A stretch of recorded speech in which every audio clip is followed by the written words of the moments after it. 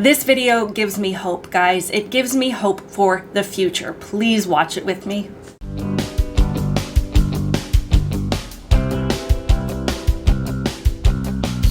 Welcome to my channel, Outspoken Samantha. If you are new here, welcome. Be sure to hit that subscribe button. And if you're returning, welcome back. I hope that you will subscribe as well. I do need these little things that you can do to help me to grow this channel, and it costs you nothing. So just like the video, help me with the algorithm, and help me to reach more people that value and need more logic, reason, and sanity in their lives. Also head on over to Rumble, find me there under Outspoken Samantha in the event that YouTube decides I have violated their community standards, and chooses to kick me off their platform forever. That being said, let's get into this topic. So as we see transgenderism spread like a cancer across society, sometimes it can feel like it's everywhere and that we're not making any headway, and that, it's taking over people more than we're stopping it.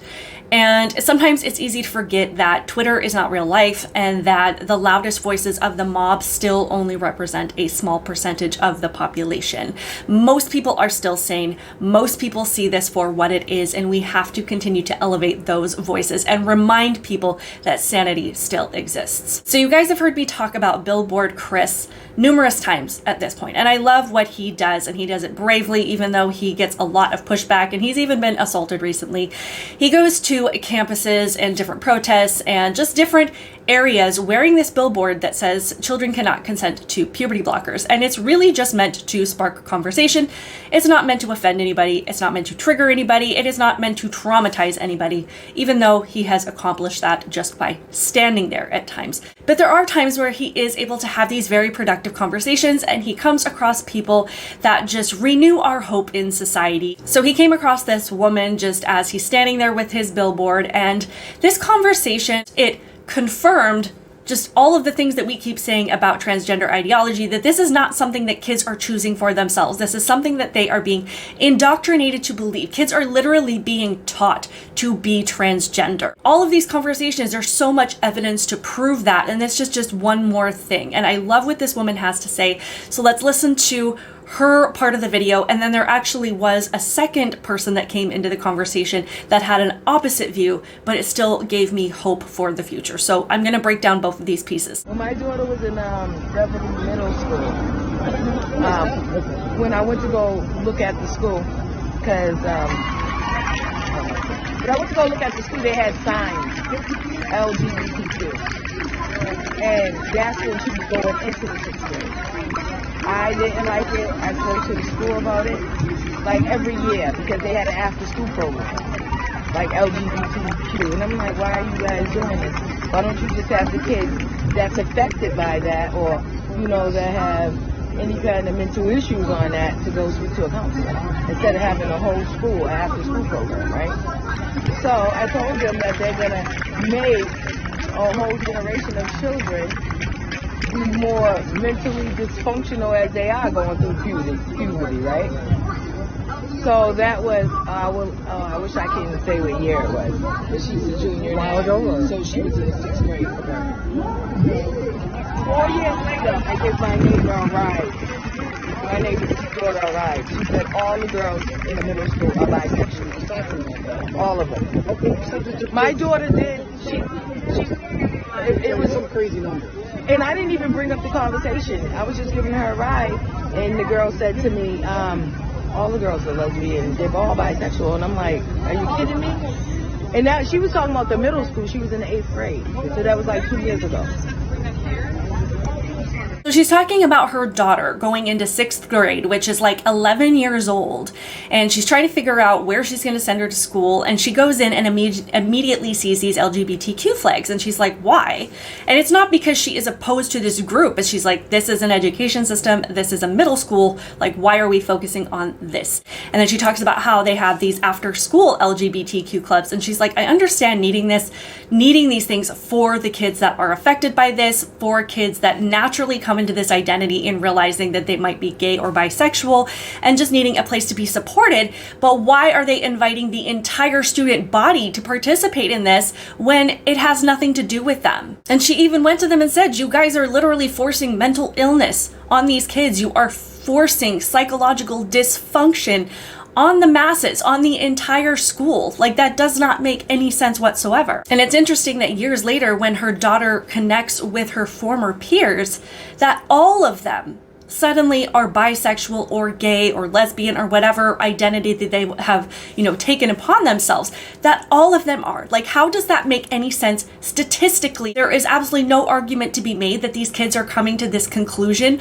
on their own, when the only difference is you have a child that is not indoctrinated with it, who is perfectly happy with their identity, versus children that are indoctrinated into it, that feel like they have to take on one of these identities. It's interesting because children, as they grow and as they develop and as they mature, they will recognize things that are not natural. They will recognize things that are just kind of off kilter. And they will see kind of the dysfunction of certain ideas and how they are impacting their friends if they are on the outside looking in. And her daughter was only in the 8th grade at the time when she was able to bring this up as a conversation to her mom and point out how strange it seemed to her. So then this next girl comes into the conversation, and I actually love what happens here. She is probably somebody that is on the other side of the issue. Actually, it's clear that she's on the other side of the issue.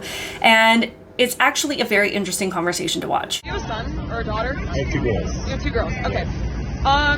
Hypothetically, let's say, how old are they? They are almost 11 and 13 years old. Okay, God bless.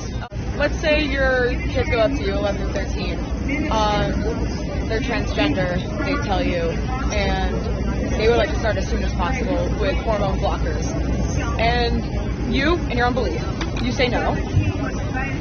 Do you know the rates of suicide among preteens and teens who identify as transgender and they commit suicide because their parents will not let them live the life they want? I do, and this is the number one thing I hear every time I have these conversations. I'm just wondering. And it's true that suicidality is higher among these kids. It's even higher among kids with autism, anorexia, kids with borderline personality disorder. Right. It's not true that there's an epidemic of actual suicides. But we do need to help these children. But with an anorexic girl who thinks she's overweight, who's threatening to kill herself, we don't agree and give her liposuction. We help her with her mental health struggles. To stop the development of a child, a 10-year-old, an 11-year-old, a 12-year-old, to sterilize a child, cut off the breasts of a young girl, is completely inevitable and sin. And we have all these girls now, because there is a lot of girls who are transitioning in their late teens and early 20s with deep regrets, and they have medical complications for the rest of their life. They're children, they're not adults. And I have 6 children. Okay. And I'm telling you, what they're thinking about at 13, they're not thinking about at 17. They're not thinking about at 24. Exactly. So we need to let them grow up. That's what we need to do. I get it. Let children be children. I'm 18. I don't think the same things that I thought when I was 11, 12, 13. So she comes into the conversation and she asks, do you have kids? And he says, I have a couple girls. And she's like, cool. She brings up this very, very common talking point. What if they come home and say, I want to start on hormones and puberty blockers. I want to do X, Y, and Z as far as transitioning. And then she talks about the suicide rates. And she says that it's because people, their parents are not accepting them that causes this suicidality, which is not true. The suicidality is coming from the fact that the second a kid has a mental crisis or comes home with this far-reaching idea of how they think that it's going to solve their problems, parents are just affirming it. Parents are just pushing them down this path and saying, hey, my 12-year-old came home and said that they wanted hormones, and they're like, okay, that's fine. Not thinking about the fact that this is going to have severe ramifications against their psychology, severe disconnect between their mind and their body to increase their risk and their likelihood of developing things like anxiety, of developing things like depression. This is not something where they become transgender and then it's because of lack of acceptance from their parents that causes these thoughts. It's the fact that they were never taught to accept themselves. They were never taught to overcome the thing that they were actually struggling with. They were pushed down a path that was completely unnecessary, and now they're struggling with more things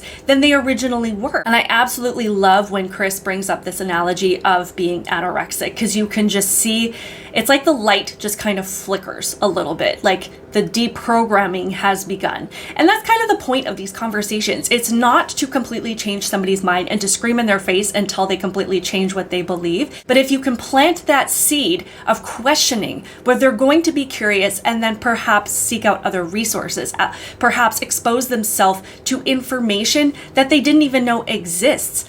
And you can see that this lady is realizing, like, he knows what he's talking about. He has the stats. He has the information. He knows exactly what you're referring to. And perhaps she might realize that she has been led down this path to believe that it's only one choice or the other, that we have to affirm these delusions and these harmful behaviors and this dysmorphia or these misconceptions that young kids have about their bodies and their identities, and realize that there are a whole host of options that we have and a whole, a responsibility that we have as parents to make sure that we're helping kids make the healthiest choices, not the most trendiest choices. And I feel like that just kind of got through to her right there. Like, hey, where our position, when you see people like Billboard Chris standing out there with a billboard, automatically these leftist woke mobs, like the people that attacked Riley Gaines, are going to think their position comes from a place of hate. They don't know what they're talking about. They don't know what the stats are. They don't know anything about this ideology. They just hate us.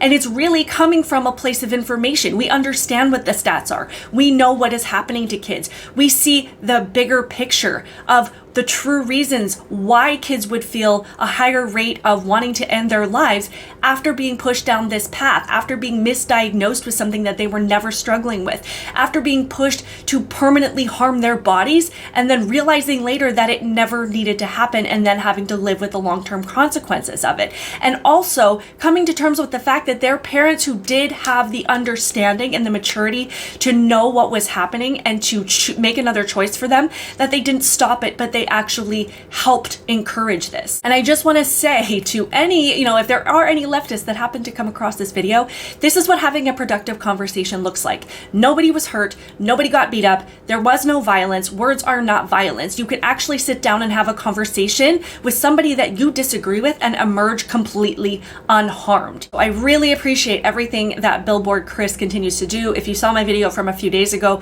where he was literally assaulted and thrown to the ground and came out of this protest bloodied, and the police just stood there and watched. He continues to do these things. And as I've said a few times now, when you know that you have the truth, when you know that you're doing what is right, you come out of these things, even if you do get a little battered and beat up along the way, or you are verbally assaulted or attacked, you continue to do it because you know that the truth stands on its own, that you don't have to be violent. You don't have to be hostile. You don't have to exhaust yourself with trying to bolster things that are not true, that are based on deception and lies, because the truth holds itself up and it gives you a foundation to stand on and it gives you strength to keep moving forward. So please like this video, leave your thoughts in the comments below, share it with others. Please subscribe to my channel. Like I said, sometimes I see like, hey, 20,000 new views on your channel, but I'll get like 5 subscriptions, and I just would really appreciate you subscribing to my channel and helping me to reach more people that need to see these things, and I just truly appreciate you being here. So I will see you in the next video. Bye.